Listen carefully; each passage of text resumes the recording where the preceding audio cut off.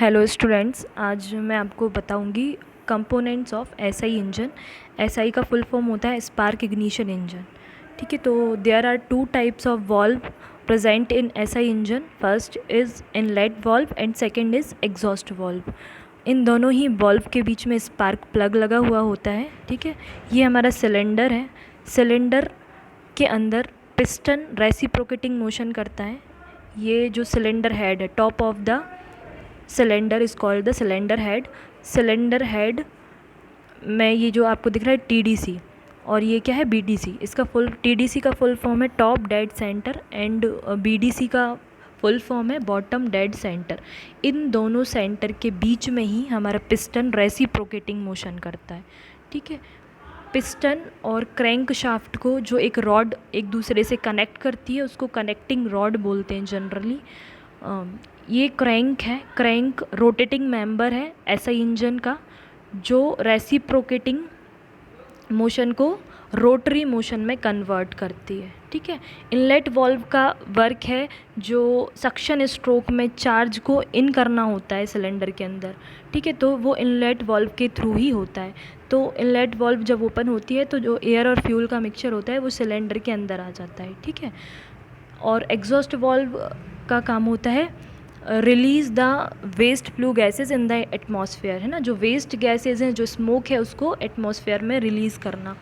Spark plug use करते हैं हम जनरली इग्निशन के लिए, इग्नाइट फ्यूल को इग्नाइट करने के लिए जनरली हम स्पार्क प्लग का यूज़ करते हैं।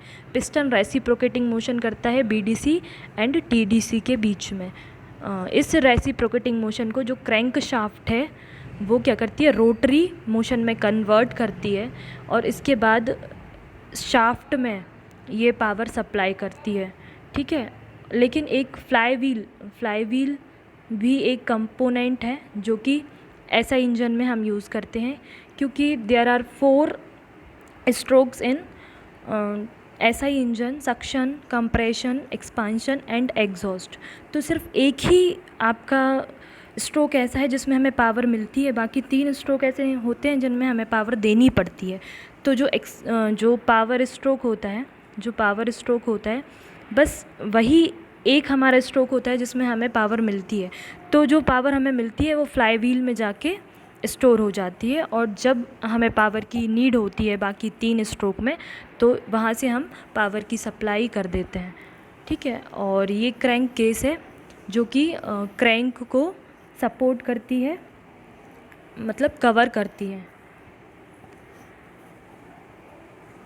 इनलेट वॉल्व के पहले हमारा कार्बोरेटर लगा हुआ होता है। कार्बोरेटर का काम होता है एयर और फ्यूल को मिक्स करना सही रेशियो में।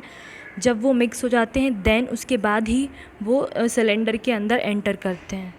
ठीक है, तो ये बेसिक कंपोनेंट्स हैं जो कि एक एसआई एससीआई इंजन में होते हैं। तो अभी के लिए बस इतना ही। Thank you.